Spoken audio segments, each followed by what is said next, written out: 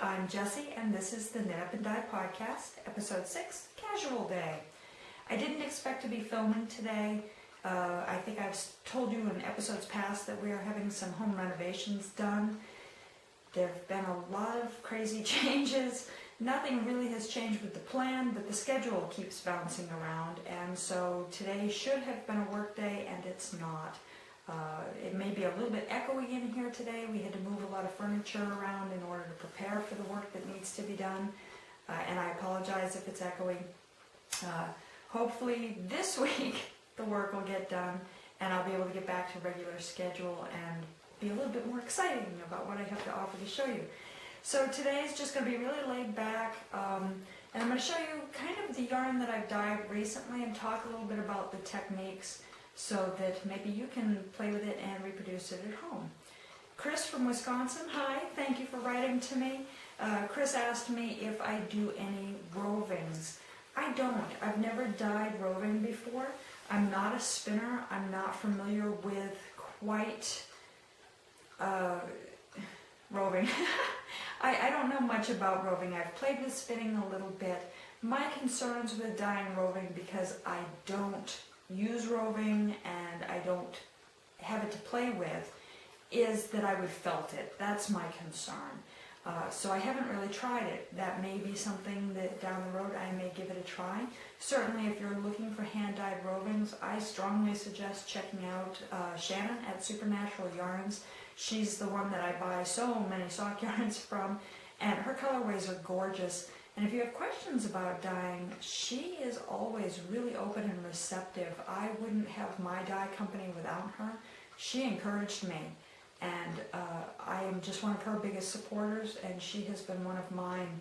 And Shannon, hi, if you're out there, I miss you. And talk to her. She really may have some great insights for you, and maybe be able to coach you through a couple of easy home dye sessions, and you can dye your own roving. I got the chocolate colorway all done for my mom. I'm very excited. I have great big piles of it for her. This is the chocolate, and I'm very excited. I think it just came out absolutely beautiful. I'm going to turn it around for you, trying to show you. Here it is, and I just need to touch base with her and find out if I need to wind it for her or not. Certainly, if you're buying yarn from an indie dyer, check with them. They are likely to offer a winding service. If you don't have a ball winder at home, or if you just don't feel like torturing family members with holding yarn for long bits of time while you twist it up, check with your indie dyer, because often they will offer the service either for free or for a nominal fee. I know a couple of them offer it for $1 a skein, just to kind of defray the wear and tear cost on their equipment. I don't charge for it. It's important to me that you have a product that you can work with, and never, ever knit off the skein. Please wind this into a ball or a cake before you use it. So I just need to touch base with Mom and find out ball or skein, and then I'm going to ship this off to her. Let's see. In my episode 2 episodes ago, I think, I made the pumpkin spice latte colorway.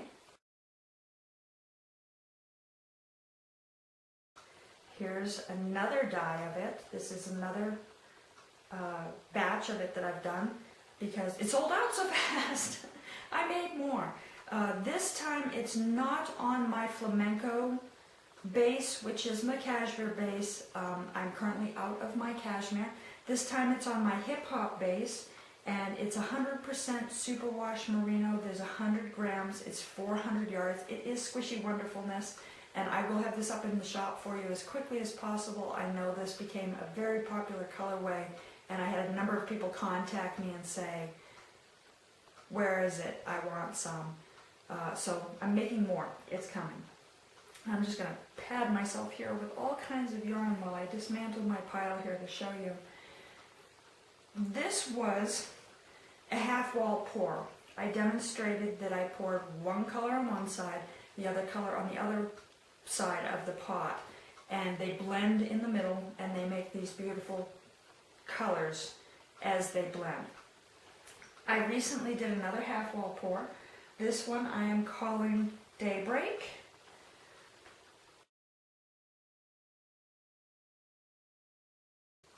It is beautiful grays. There's some midnight navies in there. There's a little bit of just barely sunbreak yellow in there. Very, very pale cream, vanilla kind of tones of yellow. Little bits of green as though the sun's just coming up and you're just able to start seeing colors over the landscape. A lot of twilight grays. Very, very pretty. And again, this was a half wall pour just like the pumpkin spice latte was. And when I unwrap it and I fold it just right for you, let's see if I can do this, you'll see that half of the pot was the darker shade and the other half of the pot was the lighter shade over here. And they all just blend and swirl together to make all these lovely blended tones. So this is going to be Daybreak. This is also on my hip hop base, which is the 100% superwash merino. And again, 100 grams, 400 yards. And you'll see this up in Etsy really soon. Let me get this twisted back up. You'll see a lot of demonstrated twisting today. The colorway that I did the pour and adore technique for you, I think that was last week. I did it on my salsa base, which is my worsted weight, and it sold before I even had a chance to show you. And unfortunately, I didn't get to take a photo of it. But because it sold so quickly, and because I had so many comments about it, I made more. This is it. And I never even named it. That's the sad thing. I think I'm going to name it Monet.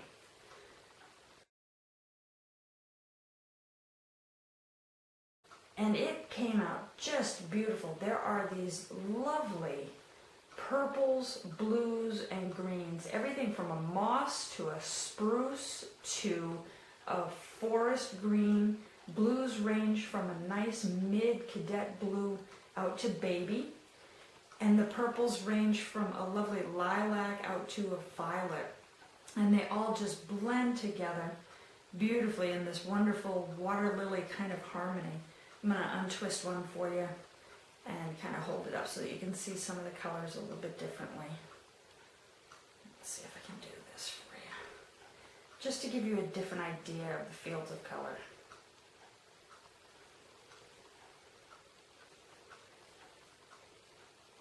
And of course, I'll get these all photographed and I'll try and post pictures as much as possible. I'm not sure that I'm going to have an opportunity to set my photo studio back up today. Again, like I said, we're kind of on hold for construction, so everything is everywhere and stuff didn't tucked away so that it doesn't get all dusty. In fact, I had to uncover my chair today to be able to sit down and talk to you folks and dig my tripod back out of deep storage. It's been an interesting week. So here I am, trying to twist up a skein again. Nice and neat. There we go, back to skein. So I had dyed up that chocolate colorway, and I think I told y'all that I had one that was flat. I basically made a solid color dye batch because I poked at it and played with it too much, and I spread the dye around too evenly so it didn't take up in the variegated way that the chocolate is. It didn't have the lights and the darks that I wanted. And it came out very flat. And I showed you my resist dye technique where I twisted it up into tight skein, really tight skein, and dropped it in the dye bath, and I added another dye to it to over dye to give it some life and give it some excitement again. I have that yarn available to show you. Let me see if I can unbury myself here a little bit and stack some stuff back up beside me. I have a lot of yarn. Oh my goodness, okay. And I'm gonna have a tidal wave of it everywhere. So, I dropped that beautiful chocolate that was kind of flat back into the dye pot, twist it up, and I made Death by Chocolate. And here it is. These lovely dark highlighted skeins of chocolate. And it's just like a beautiful chocolate dessert. I'm so excited that this came out as beautiful as it did. By doing the resist dye, I was able to leave some of it the nice chocolate color, but I was able to add another whole shade to it. And I added this deep, dark, roasted coffee bean espresso kind of color. It has some red undertones to it that just add this warm cherry ganache kind of shade to it. It reminds me of Death by Chocolate. There's something dark and sinful and rich and decadent about this colorway. I'm going to keep this colorway. This is not going to just be a rescue colorway. I'm going to continue to dye this because I just think it is so lovely. It's a happy accident in the end. So I'm really grateful that I made the mistake and I didn't trust my work and I poked at it, because in the end I got another just beautiful, beautiful colorway to share with you folks. Let me see if I can get this one twisted. I am really struggling with my skeins this morning. It's that last little bit where you fold it over. There we go. It just makes it too much. So there it is. I'm going to be selling these as Death by Chocolate. And I will be dyeing up more of this. It is currently on my worsted weight base. I think this would make just a sumptuous hat. But I'm likely to start doing this over other bases very soon. In fact, I think that this would be just sheer luxury on my twist base. My twist base is a high twist single. It is 70% superwash merino and 30% silk. It has a gorgeous sheen to it. It just shines. I love it. It does have a little bit of a light halo just because of the silk, but it just makes beautiful, beautiful, shiny, heirloom quality knits. And I think that Death by Chocolate on that would be stunning. I did have another colorway that I did this week off camera. It's yet unnamed. This is another one of those pour and adore techniques. I used a couple of different reds and a deep espresso kind of a color. I'm very into coffee right now. Apparently coffee and chocolate, just give it to me. The espresso color really has a lot of purple red undertones, so it blends beautifully with this. And I made this colorway. I didn't really have any plan in mind. I just wanted to play with reds. And I think it's gorgeous. I'm very excited about this. Again, this is on that hip hop base. It is the 100% superwash merino, and it is 400 yards, over 100 grams. These would make fun socks, I think. They're naughty. They're very red, they're very dark purple. They're beautiful, with little dashes of whites and light pinks in there, and a little bit of light plum in there to play with. It's beautiful. I don't have a name. I will come up with something eventually. Honestly, it makes me think of the opening title to Stranger Things. I don't know if you're watching that show. I'm loving it. I'm loving it, no spoilers. It may just be Stranger Things. And the last colorway that I'm going to show off today, I'm going to explain the dye process on this one a little bit too, because you might want to try and recreate this. Sorry, it's fall, it's so dry, I'm drinking water out of my mug. This reminds me so much of Sully from Monsters, Inc. I think it's just really pretty.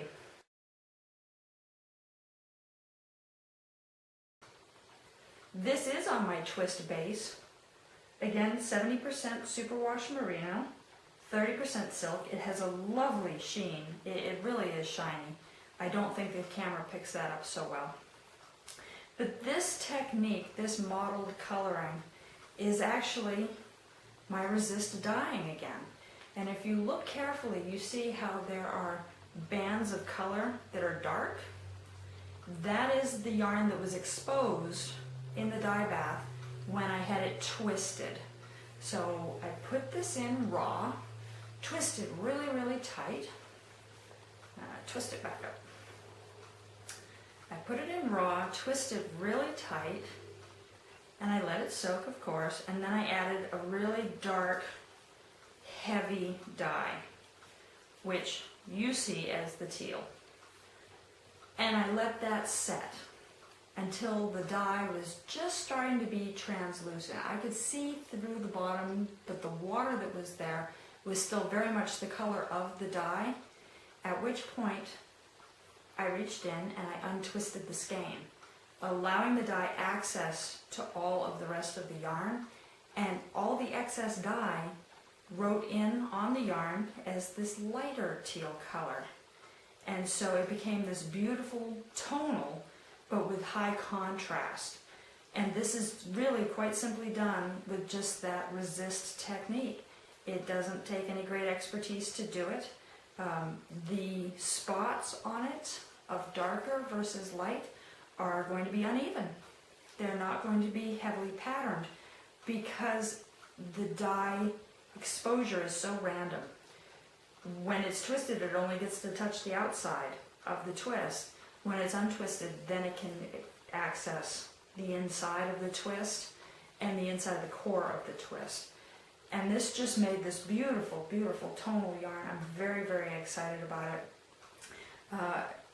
This might end up being called We Scare Because We Care, which I thought was just the cutest tagline, logo, theme for a company, and I thought Monsters Inc. was just precious. So here's my cartoon tribute. This is my Pixar tribute. We scare because we care. And again, this is a technique that you can try at home. It's that simple resist by twisting. Give it a try. It's fun and you get great things. I do have a couple more skeins that I have dyed with just the dark teal that I did not untwist. They are on the dry rack right now with the teal and then the undyed white. And I'm going to go back on those and hand paint them. This isn't a technique I'm going to show today, unfortunately. I would love to take you into the kitchen, except I don't really have one right now. My house is really torn up. My studio is torn up. My bedroom's torn up. My bathroom's torn up. We are replacing windows and stucco. This is one of the side effects to doing home renovation. And I'm just grateful that I have the opportunity to sit down and talk to you guys a little bit today. But as soon as I can get back into the kitchen and be able to show you, I think I'm going to take you in and I'm going to hand dye over the sister skeins of this.